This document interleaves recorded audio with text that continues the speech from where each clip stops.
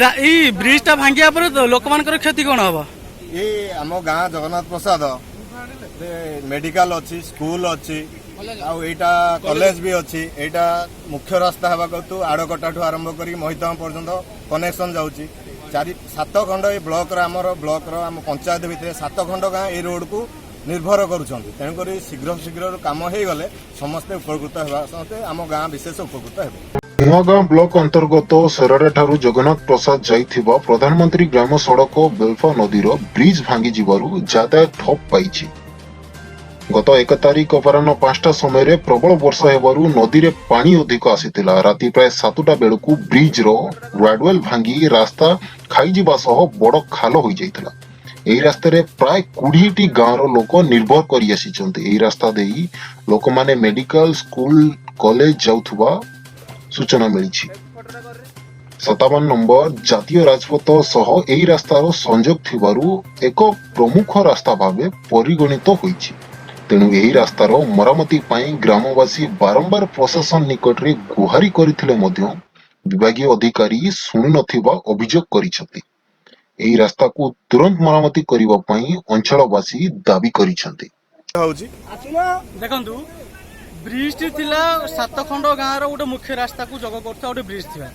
एही ब्रिज टा पर जो गाँ आछि जगन्नाथ प्रसाद तो से गाँ रे डाक्तरखाना अछि स्कूल अच्छी कॉलेज अच्छी जहाँ फल कि एठी प्रायतः पिला पाठ पढ़ाई आसुंती रोगी माने चिकित्सा होगा आसुंती।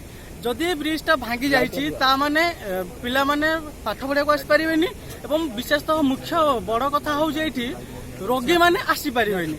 एबे जो ठंडा खासर माने चलीछि परिवेश चलीछि कोविड-19 कि लोक माननकु चिकित्सा दरकार आउ ये 7 खंड गाँव लोक मैंने चिकित्सा ही चेष्टा कर चिकित्सा पाइबा चेष्टा कर किंतु जेहेतु ब्रिज टी भांगी जाइए लोक मैंने से चिकित्सा वंचित रहिबे।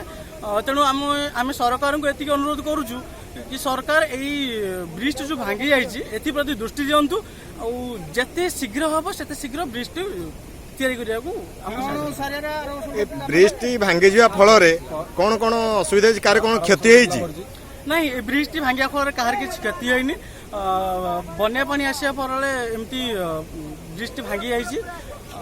ब्रिज टी आगुरी किसी किसी भांगी थिला लोक माने गवर्नमेंट को जणे थिले किंतु सरकार किसी दृष्टि दे नथिले। वर्तमान ब्रिज टी संपूर्ण रूप से भांगी जाइए।